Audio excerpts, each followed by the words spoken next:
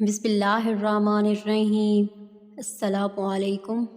وہ عورت جو مہینوں میں کماتی تھی اب وہ دنوں میں کمانے لگی، لیکن وہ لڑکیاں اپنی مرضی سے اپنے جسم کو فروخت نہیں کرتی تھی۔ ان میں سے کوئی غربت یا بھوک سے تنگ آ کر، کچھ لڑکیاں اپنی دنیاوی خواہش پوری کرنے کے لیے، اور کچھ لڑکیاں بہت مجبور ہو کر ہر آدمی کو چند پیسوں کے لیے اپنے جسم کو ان کے حوالے کر دیتی، اور وہ درندے ان کی جسم کو نوچ کر چلے جاتے۔ جب اس کاروبار کے بارے میں بہت زیادہ چرچے ہوئے تو بڑے بڑے افسروں نے پولیس پر زور ڈالا کہ تم ان کو جا کر کچھ کہتے کیوں نہیں۔ پہلے تو وہ پولیس والے رشوت لے کر چلے جاتے، لیکن جب ان کے سر سے پانی اوپر ہوا تو انہوں نے اس عورت کو کہا کہ اب آپ یا تو ہمیں اور خرچہ دو یا تو تمہیں یہ دھندا بند کروانا پڑے گا۔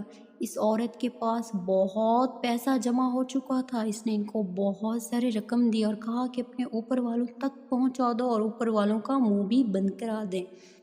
ایک دن ایک بہت ہی خوبصورت اور حسین و جمیل لڑکی اس کوٹھی کے دروازے پر آئی۔ وہ عورت اس کو دیکھ کر بڑی خوش ہوئی، یہ بھی کوئی اپنے جسم کو فروخت کرنے والی ہو گئی، اور اس کا حسن تو دیکھ کر وہ تو پاگل ہی ہو گئی۔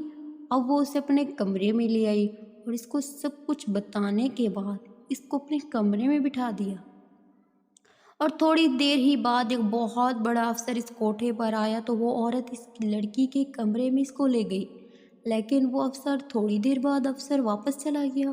پھر دوسرے دن بھی ایسا ہی ہوا، جو کوئی بھی نوجوان آتا تھا بغیر کچھ کیے وہاں سے چلا جاتا۔ اس عورت کا کاروبار بالکل ڈاؤن ہو رہا تھا۔ پھر ایک مرد آئے اس لڑکی کے کمرے میں آیا، لیکن پھر بھی وہ بھی چند لمحوں بعد ہی واپس چلا گیا۔ اس عورت نے اس آدمی سے پوچھا کہ آج کیا بات ہے، تم کچھ کیے بنا ہی جا رہے ہو؟ تو اس آدمی نے کہا کہ اندر جا کر خود دیکھ لو۔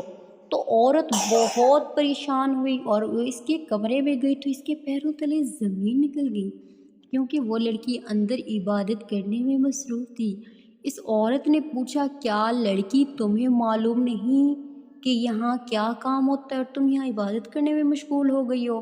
تو اس لڑکی نے کہا کہ جب میں اس کوٹھے کے پاس سے گزر رہی تھی تو اس کے دروازے پر لکھا تھا کہ اپنے جسم سے جو کچھ کمانا چاہتے ہو کما لو۔ میرے پاس رہنے کے لیے جگہ ہی نہ تھی، اس لیے میں اس کوٹھے میں آ گئی اور اللہ کی عبادت میں مصروف ہو گئی۔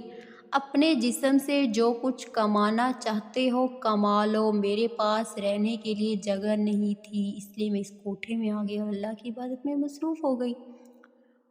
اوپر نہیں لکھا کہ اپنے جسم سے جو کچھ کمانا چاہتے ہو تو کما لو۔ اس عورت نے کہا، ہاں تمہاری بات تو بالکل درست ہے، میں نے یہ ضرور لکھا، لیکن میں نے اس کام کے لیے نہیں لکھا۔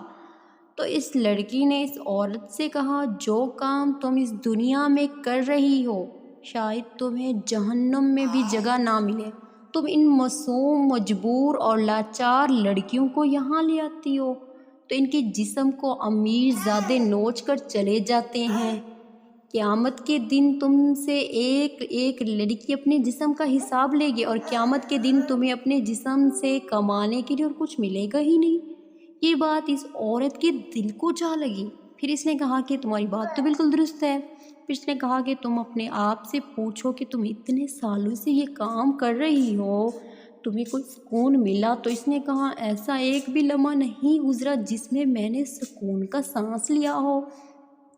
پھر اس لڑکی نے کہا کہ تمہارے کہنے کے مطابق کئی درندے اس کمرے میں آئے اور یہاں سے چلے گئے، لیکن میں اپنے رب کی یادوں میں اتنی محو تھی کہ مجھے اس بارے میں بالکل بھی پتہ نہیں چلا، اور مجھے تم سے زیادہ بے وقوف اور دنیا میں لگتا ہی نہیں، کیونکہ تم اس دنیا کے لیے کما رہی ہو جس میں رہنے کے لیے ایک سیکنڈ کا بھی پتہ نہیں۔ میں تو اس دنیا کے کام کر رہی ہوں جس میں میں نے ہمیشہ ہمیشہ کے لیے جانا ہے۔